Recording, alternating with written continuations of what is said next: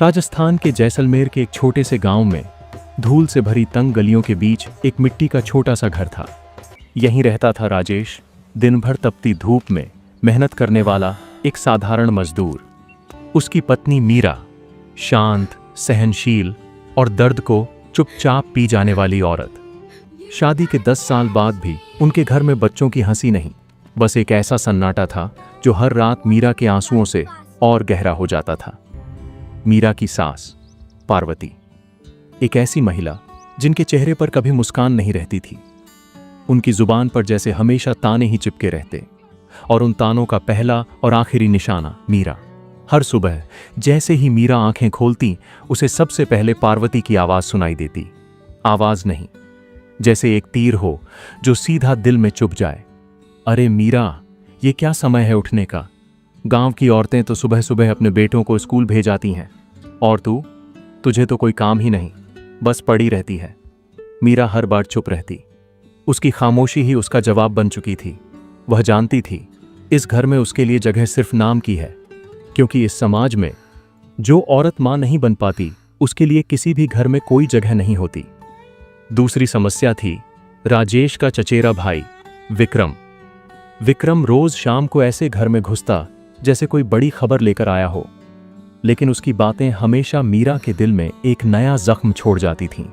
वह धीरे धीरे राजेश के कंधे के पास आकर फुसफुसाता, देख भाई, मैं तेरे लिए एक बढ़िया लड़की ढूंढ सकता हूं, अभी भी वक्त है। एक बेटा हो जाए तो तेरी किस्मत ही बदल जाएगी। ये मीरा, ये तो बस बोझ है। 10 साल हो गए और अभी तक कुछ नहीं। राजेश हर बार गुस्से में कहता, विक्रम, बस एक शब्द और मत बोलना, मीरा मेरी पत्नी है। पर विक्रम के चेहरे पर वही घमंडी मुस्कान रहती, जैसे वह जानता हो कि उसके तीर कहीं ना कहीं मीरा के दिल में जाकर चुभ ही रहे हैं। और सच भी यही था। जैसे ही मीरा को इन बातों का पता चलता, उसकी आंखें भर आतीं। उसे लगता जैसे सारी दुनिया उसकी कमी गिनाने में लगी है। वह चुपचाप अपने आंचल से आंखें पोंछ लेती, पर दिल, वह हर बार थोड़ा और टूट जाता। एक दिन दोपहर को एक पड़ोसन घर के बाहर से ही चिल्लाते हुए आई, अरे सुना, मिठाई वाले के यहां एक नहीं 2 बेटे हुए हैं। उसकी आवाज में जितनी खुशी थी, मीरा को उतना ही अंदर से झटका लगा। उसका दिल अचानक जैसे थम सा गया। वह एक पल को वहीं खड़ी रह गई, बिल्कुल सुन्न, बिल्कुल खोई हुई। उसी दिन दोपहर को जब राजेश घर लौटा, तो उसने दरवाजा खोलते ही महसूस कर लिया कि कुछ हुआ है। मीरा को देखकर राजेश पल भर के लिए रुक गया। उसकी सूजी हुई आंखें, बिखरे बाल और चेहरे पर वही दर्द। राजेश कुछ न कह सका, बस चुपचाप आगे बढ़कर मीरा के सिर पर हाथ रख दिया। शब्द नहीं निकले, लेकिन उसके हाथ का हल्का सा स्पर्श भी कह रहा था, मीरा, मैं जानता हूं, मैं सब समझ रहा हूं। मीरा की आंखों से आंसू फिर से बह निकले, पर उसने चेहरा नीचे कर लिया, क्योंकि वह नहीं चाहती थी कि उसका दर्द राजेश को और तोड़ दे। कुछ ही दिनों बाद एक दोपहर मीरा गांव के कुएं पर पानी भरने गई। वहां पहले से ही गांव की कुछ औरतें बैठी थीं, वही औरतें जिन्हें किसी के दर्द से ज्यादा उसकी कमजोरी देखना पसंद था। जैसे ही मीरा पास पहुंची, फुसफुसाहटें तेज हो गईं। अरे देखो, मीरा आई है, एक ने आवाज धीमी रखकर भी ऐसे कहा कि सब सुन ले। हाँ वही, 10 साल हो गए और आज तक एक बच्चा तक नहीं, दूसरी बोली। फिर तीसरी महिला, जो अभी तक चुप थी, ऐसी बात कह गई कि मीरा अंदर तक बिखर गई। उसने कहा, राजेश ने गलती कर दी।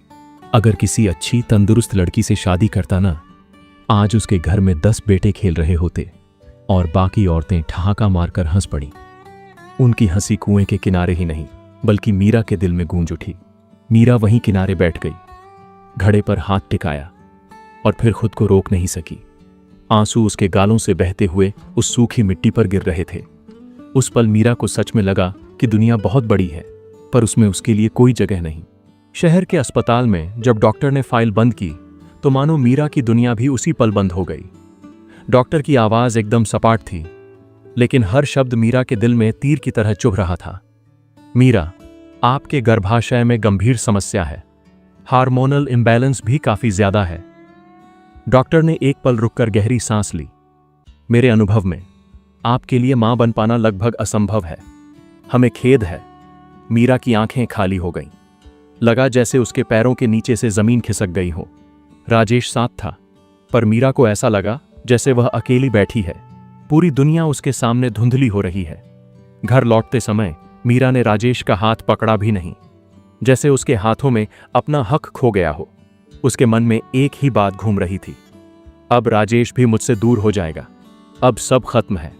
उस रात मीरा लंबे समय तक खिड़की के पास बैठी रही।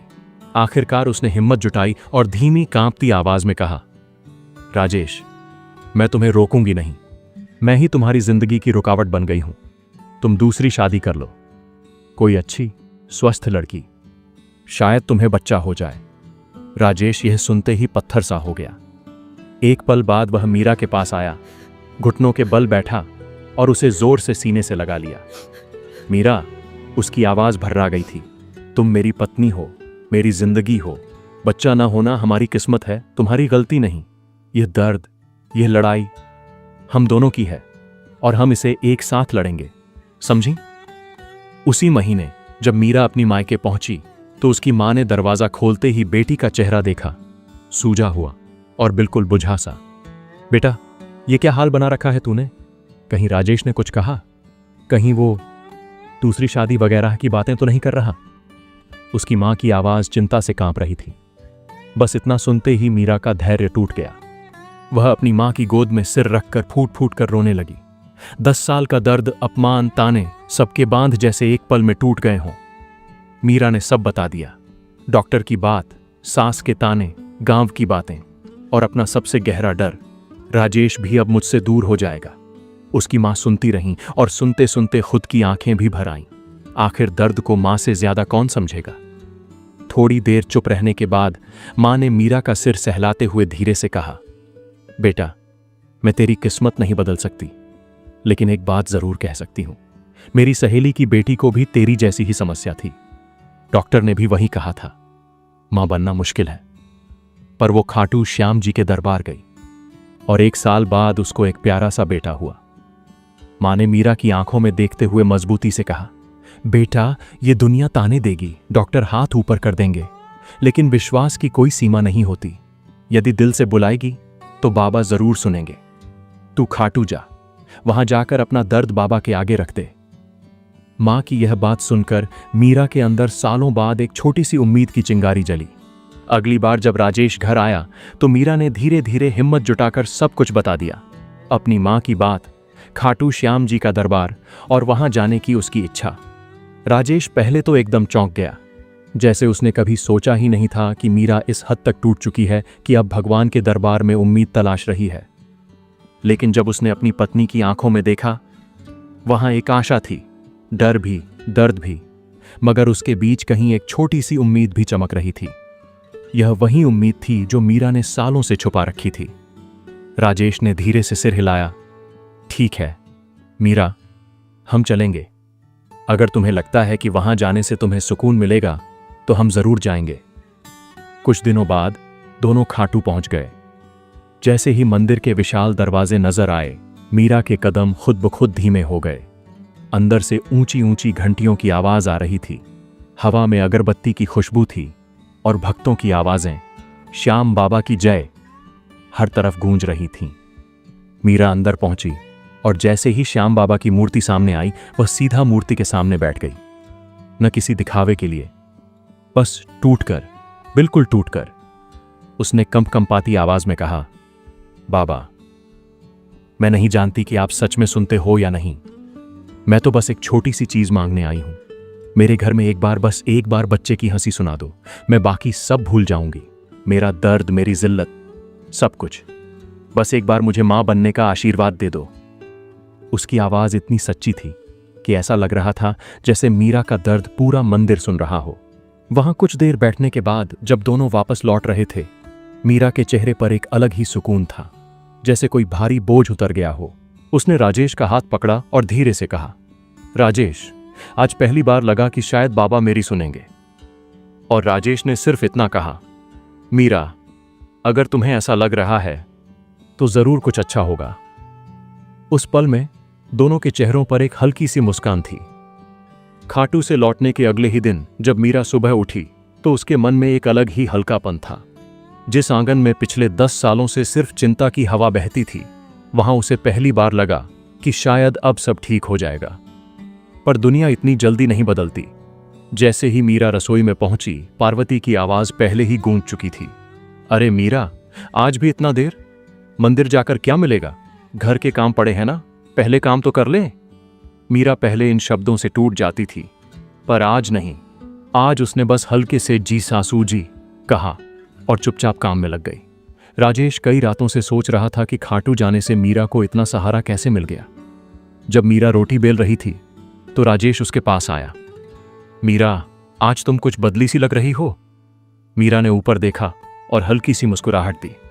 बस राजेश, लगता है कि बाबा ने मेरा मन हल्का कर दिया। 2 हफ्ते बीत गए, फिर 1 महीना। घर वहीं था, गांव वहीं था, पार्वती के ताने भी वहीं थे। लेकिन हर रात मीरा एक ही चीज करती। बिस्तर के किनारे बैठकर चुपचाप हाथ जोड़ती और कहती, बाबा, अगर मेरी किस्मत में बच्चा है तो आप रास्ता जरूर खोलेंगे, और अगर नहीं तो मुझे इतना मजबूत बना दो कि मैं यह दुख सह सकूं। वह पहली बार अपनी किस्मत से लड़ना बंद कर चुकी थी। वह बस अपने श्याम से बात करती थी, दोस्त की तरह। खाटू से लौटने के लगभग 2 महीने बाद एक दिन मीरा सुबह उठी तो उसे बेहद कमजोरी महसूस हुई। पैर कांप रहे थे। काम करते करते उसकी सांस फूलने लगी और पानी की घूंट लेते ही उसे हल्का सा चक्कर आया। पार्वती दूर से चिल्लाई, अरे मीरा, यह क्या सुस्ती लगा रखी है? काम वाम कर बहू। मीरा ने कुछ नहीं कहा। शरीर अजीब लग रहा था। उस दिन दोपहर को उसे अचानक उल्टी होने लगी। राजेश दौड़कर आया। मीरा, चलो अस्पताल चलते हैं, तुम ठीक नहीं लग रही। मीरा ने कहा, नहीं राजेश, शायद मौसम बदलने से। पर राजेश उसे पकड़कर बोला, नहीं, इस बार कुछ भी हल्के में नहीं लेंगे। डॉक्टर ने कुछ टेस्ट किए। मीरा और राजेश दोनों की सांसें रुक चुकी थीं। डॉक्टर ने रिपोर्ट हाथ में ली और मुस्कुराया। मीरा, बधाई हो। मीरा ने डरते हुए पूछा, क्यों? डॉक्टर धीमे से बोले, आप गर्भवती हैं। मीरा के कानों में जैसे किसी ने धूप भर दी। उसके हाथ कांपने लगे, दिल की धड़कन तेज हो गई। गर्भवती? वह जिसके बारे में डॉक्टरों ने कहा था कि कभी मां नहीं बन सकती। राजेश ने मीरा का हाथ पकड़ लिया। मीरा, हमारा बच्चा आने वाला है। मीरा रो पड़ी, टूट कर नहीं, बल्कि पहली बार जी भरकर राहत के आंसू बहाते हुए। राजेश और मीरा दोनों आंसुओं में डूबे हुए थे। राजेश ने आकाश की तरफ देखकर कहा, श्याम बाबा, आपने मेरी मीरा की सुन ली। वह रास्ते भर मीरा का हाथ पकड़े रहा। सालों बाद उसने अपनी पत्नी को इतना नाजुक, इतना खुश देखा। मीरा बार बार एक ही सवाल पूछ रही थी, राजेश, ये सपना तो नहीं? कहीं यह भी टूट तो नहीं जाएगा? राजेश ने उसकी आंखों में देखते हुए कहा, नहीं मीरा, इस बार बाबा ने हमें खाली नहीं लौटाया। यह सपना नहीं, यह हकीकत है। जैसे ही मीरा ने घर का दरवाजा पार किया, पार्वती ने चिल्लाकर पूछा, कहां थे तुम लोग? और ये मीरा रो क्यों रही है? राजेश ने कहा, मां, मीरा मां बनने वाली है। पार्वती ने जैसे पहली बार बात ठीक से नहीं सुनी। क्या? राजेश फिर बोला, मां, हमारे घर में बच्चा आने वाला है। पार्वती का चेहरा बदल गया। तानों से भरा चेहरा पहली बार खामोश हो गया। धीरे धीरे उसके होंठ कांपे। सच। और फिर वह मीरा के पास आई और पहली बार उसके सिर पर हाथ रखा। मीरा, तूने हमारे घर में रोशनी ला दी। जिस गांव में मीरा के लिए कल तक बातें बन रही थीं, आज वहीं लोग कह रहे थे, मीरा को बाबा ने आशीर्वाद दिया है, वह तो मां बनने वाली है। मीरा यह सब सुनकर बस मुस्कुराती। मीरा बहुत नाजुक हो गई थी। खाना ठीक से नहीं खा पाती थी, चक्कर आते थे। लेकिन अब राजेश हर रात उसके सिर पर हाथ फेरता और कहता, मीरा, अब तुम अकेली नहीं हो, तुम्हारे साथ हमारा बच्चा है, तुम मजबूत रहो। और मीरा हर रात हाथ जोड़कर कहती, बाबा, बस हमें बचाए रखना, हमारा बच्चा स्वस्थ पैदा हो जाए, यही मेरी जिंदगी की सबसे बड़ी दुआ है। दूसरे महीने की जांच में डॉक्टर ने कहा, देखिए, यह प्रेगनेंसी बहुत खास है। आपके शरीर को पहले कभी इस तरह का हार्मोनल बदलाव नहीं मिला, इसलिए आपको बहुत ज्यादा आराम चाहिए। जरा सी भी मानसिक परेशानी या शारीरिक मेहनत खतरा पैदा कर सकती है। मीरा और राजेश दोनों टेंशन में आ गए। मीरा ने डॉक्टर से एक ही सवाल पूछा, डॉक्टर साहब, क्या बच्चा सुरक्षित है? डॉक्टर मुस्कुराए, हां, अभी बिल्कुल सुरक्षित है, बस आप तनाव मत लीजिए। मीरा के चेहरे पर हल्की रोशनी लौट आई। अब पार्वती मीरा को डांटती नहीं थी, बल्कि कहती, मीरा उठ मत, मैं कर लूंगी, तू बस बच्चे को संभाल। कभी कभी पार्वती चुपके से मीरा के पास बैठ जाती, उसके पेट पर हाथ रखती और बहुत धीमे से कहती, मेरे पोते, जल्दी आना, हम सब तेरी राह देख रहे हैं। ये वही पार्वती थी जिसने सालों तक मीरा को बेकार कहा था। राजेश चुपचाप यह सब देखता और मन ही मन श्याम बाबा का शुक्रिया करता। तीसरे महीने की अल्ट्रासाउंड रिपोर्ट में बच्चे की पहली धड़कन मिली। डॉक्टर ने कहा, मीरा, ये देखिए, ये आपके बच्चे की हार्ट बीट है, बिल्कुल सही। मीरा बहुत खुश हुई और बाबा श्याम को धन्यवाद दिया। वह हर सुबह भगवान के आगे दीपक जलाती और कहती, बाबा, आपने मुझे रास्ता दिखाना शुरू किया है, अब बस अंत तक साथ मत छोड़ना। चौथे महीने में मीरा का चेहरा धीरे धीरे खिलने लगा था। गांव की औरतें जो कभी उसकी कमजोरी ढूंढती थीं, अब उसके पास बैठकर कहती, मीरा, चेहरे पर कितनी रौनक आ गई है, लगता है बेटा होगा। कुछ लोग कहते, नहीं, लड़की होगी, और लड़की के आने से घर में लक्ष्मी आती है। मीरा बस मुस्कुराती। अब उसे किसी की बातों से फर्क नहीं पड़ता था। पर 5वें महीने की शुरुआत में अचानक एक झटका आया। एक दोपहर मीरा आंगन में बैठी थी। थोड़ी देर पहले उसने बस रसोई तक चलकर पानी रखा था, लेकिन वापस आकर उसके पेट में अचानक तेज दर्द उठा। पहले हल्का सा था, फिर जैसे किसी ने अंदर से जोर से मरोड़ दिया हो। मीरा ने घबराकर पेट पकड़ लिया। उसकी सांसें तेज हो गईं। सांस लेते लेते वह जमीन पर बैठ गई। पार्वती भागती हुई आई। मीरा, क्या हुआ? मीरा कुछ बोल ही नहीं पाई। आंखों में सिर्फ डर था, वो डर जिसे हर गर्भवती औरत महसूस करती है। राजेश खेत से लौट रहा था। पार्वती की चिल्लाहट सुनकर वह दौड़ पड़ा। मीरा, नीचे क्यों बैठी है? क्या हुआ? बोलो मीरा। मीरा का हाथ कांप रहा था। उसने बस इतना कहा, राजेश, बच्चे को कुछ हो ना जाए। ये सुनते ही राजेश की घबराहट 7 गुना बढ़ गई। बिना एक पल गंवाए वह मीरा को जीप में लेकर अस्पताल की ओर निकाल गया। डॉक्टर तुरंत अंदर ले गए। राजेश और पार्वती बाहर बैठे थे।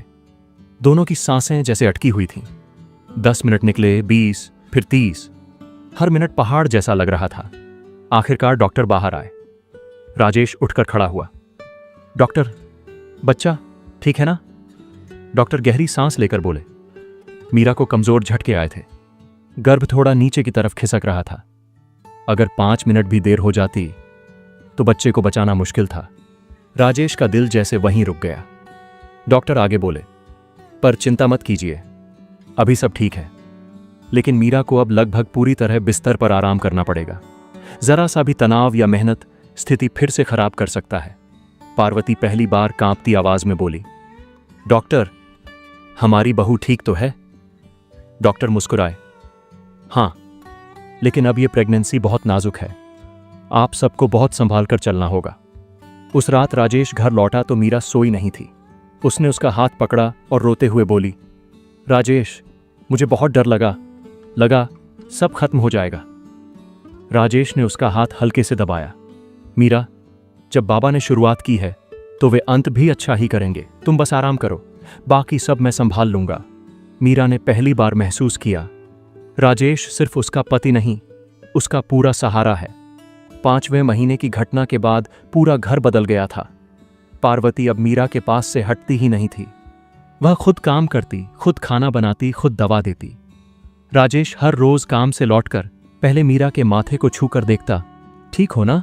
मीरा धीरे से मुस्कुरा देती, हां, तुम हो ना? तीसरे अल्ट्रासाउंड में बच्चे ने हल्की किक मारी थी। मीरा के पेट में वो छोटी सी हरकत जैसे किसी ने उसके दिल पर दिया जलाकर रख दिया हो। हर दिन आशा बढ़ रही थी, हर रात डर थोड़ा कम हो रहा था। और फिर सर्दियों का महीना था।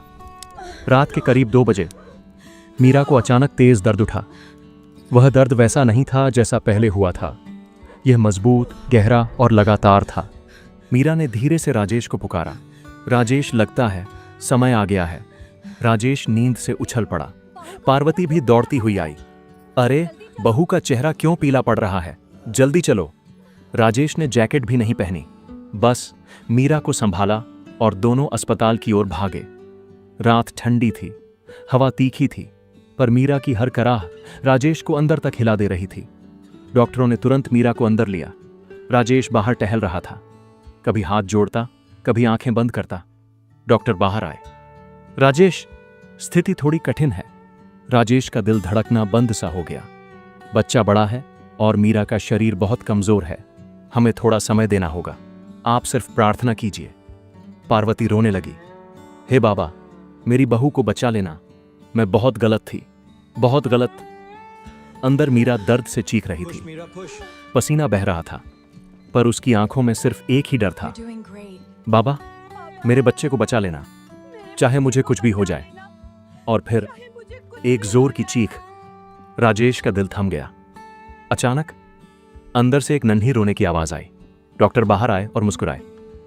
राजेश, बधाई हो, आपके घर एक बेटा आया है। राजेश की आंखें भर आईं। मीरा, मीरा ठीक है? डॉक्टर ने कहा। हाँ, बहुत कमजोर है, लेकिन बिल्कुल सुरक्षित। उसने बहुत हिम्मत दिखाई। राजेश ने आकाश की ओर देखकर कहा, श्याम बाबा, आज सच में आपने हमें फिर से जीवन दे दिया। जब राजेश कमरे में गया, मीरा बेड पर लेटी थी, थकी हुई, कमजोर, पर चेहरे पर ऐसा सुकून जो सालों में पहली बार था। राजेश ने बच्चे को उसके हाथों में दिया। मीरा ने कांपते हाथों से उसे छुआ और कहा, तू आ गया, सच में आ गया। राजेश मीरा के सिर पर हाथ फेरते हुए बोला, मीरा, आज तुम्हें देख रहा हूं तो लगता है सारी दुनिया की लड़ाइयां तुम जीत चुकी हो। और मीरा ने बस एक बात कही, नहीं राजेश, यह सब बाबा श्याम की कृपा और तुम्हारा साहस है। जिस गांव की गलियों में कभी मीरा का मजाक बनाया जाता था, आज वहीं हर घर में एक ही बात होती, श्याम बाबा ने चमत्कार किया है। मीरा के घर बेटा हुआ है। कितनी हिम्मत रखी इस लड़की ने। पार्वती हर दिन बच्चे को गोद में लेकर कहती, मेरे पोते, तू इस घर का उजाला है। और मीरा, वह अपने बेटे को सीने से लगाकर हर रात भगवान से एक ही बात कहती, बाबा, आपने मेरे 10 साल के आंसू देखे, आज मेरे घर हंसी लौटा दी। अब बस मेरे बच्चे को हमेशा सुरक्षित रखना। और इसी के साथ राजेश, मीरा और उनका नन्हा बेटा अपनी नई जिंदगी की शुरुआत करते हैं। तो दोस्तों, कभी कभी जिंदगी हमें ऐसे मोड़ों से गुजारती है जहां उम्मीद की एक किरण भी दिखाई नहीं देती। लेकिन याद रखिए, जब इंसान हार मान लेता है, तब बाबा श्याम उसके लिए रास्ता बनाना शुरू करते हैं। तभी तो बाबा श्याम को हारे का सहारा कहते हैं। राजेश और मीरा की यह कहानी सिर्फ एक चमत्कार नहीं, ये इस बात का सबूत है कि दर्द कितना भी गहरा क्यों ना हो, अगर दिल में भरोसा हो तो खुशियां देर भले कर दें, पर आती जरूर है। अगर इस कहानी ने आपके दिल को छुआ हो तो एक लाइक जरूर कीजिए और ऐसी ही सच्ची प्रेरणादायक कहानियों के लिए चैनल को सब्सक्राइब कर लीजिए और कमेंट में बताइए, क्या आपने भी कभी ऐसा पल महसूस किया है जब बाबा श्याम ने आपको बिल्कुल आखिरी वक्त पर संभाल लिया हो। जय श्री श्याम।